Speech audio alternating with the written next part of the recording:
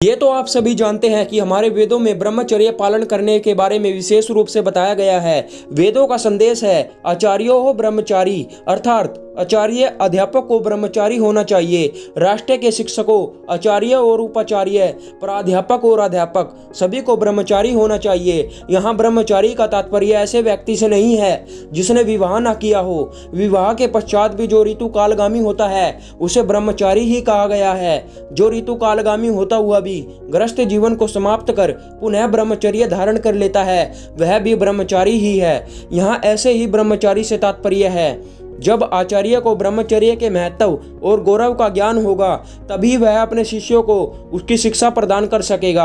आचार्य बालक का निर्माण करता है, उसे सदाचार ही शिक्षा देता है। आचार्य को आचार्य क्यों कहते हैं? इस प्रश्न का उत्तर निरुक्तकार महर्षि यास्क ने बहुत ही सुंदर शब्दों में दिया है। आचार्यः कस्मात् आचारम गृह्णाति, अर्थात आचार्य को आचार्य इसलिए कहते हैं क्योंकि वह आचार की शिक्षा देता है। जो स्वयं असंयमी और दुराचारी है वह दूसरों को संयम और सदाचार की शिक्षा कैसे दे सकता है?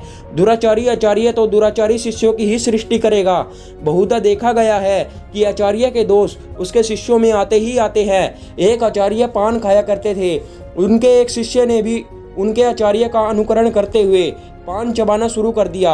एक व्यक्ति ने उस शिष्य को पान खाते देखकर कहा, पान मत खाया करो, यह तो बहुत बुरी चीज है। शिष्य ने तुरंत उत्तर दिया, यदि यह बुरी होती तो हमारे आचार्य जी इसको क्यों खाते? इस सत्य घटना से यह स्पष्ट होता है कि आचार्य के अवगुण शिष्यों में आते हैं। इसी प्रकार यदि आचार्य बीड़ी या सिगरेट आदि पीता है तो उसकी शिष्य मंडली भी बीड़ी सिगरेट पीने लगती है। आज अधिकांश आचार्यों में ब्रह्मचर्य नहीं, उनमें संयम और जितेंद्रियता नहीं, फलतः शिष्य भी असंयमी और अजितेंद्रिय हैं। जहाँ किसी सुंदर स्त्री को देखा वहीं सीटी बजाना और आवाजें कसना आरंभ कर दिया।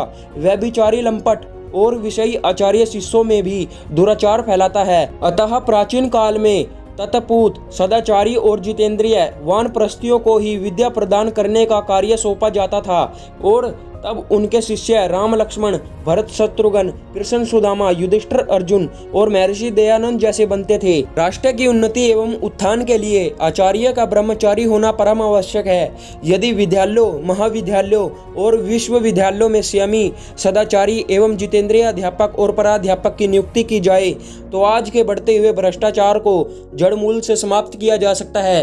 तो भाइयों, आज की इस वीडियो से आप समझ ही गए होंगे कि हमें हमेशा जो ब्रह्मचर्य का पालन करता है ऐसे ही शिक्षक से शिक्षा लेनी चाहिए, जिससे जो हमारे बच्चे हैं उनको अच्छे गुण मिले और वह सदाचार के रास्ते पर चले, हमेशा सच्चाई के रास्ते पर चले और अपने धर्म की शिक्षा को प्राप्त कर सके। तो आज की ये वीडियो आपको कैसी लगी भाइयों, इस कमेंट बॉक्स में जरूर बताना। तब तक के लिए जय श्री राम, हर हर महादेव।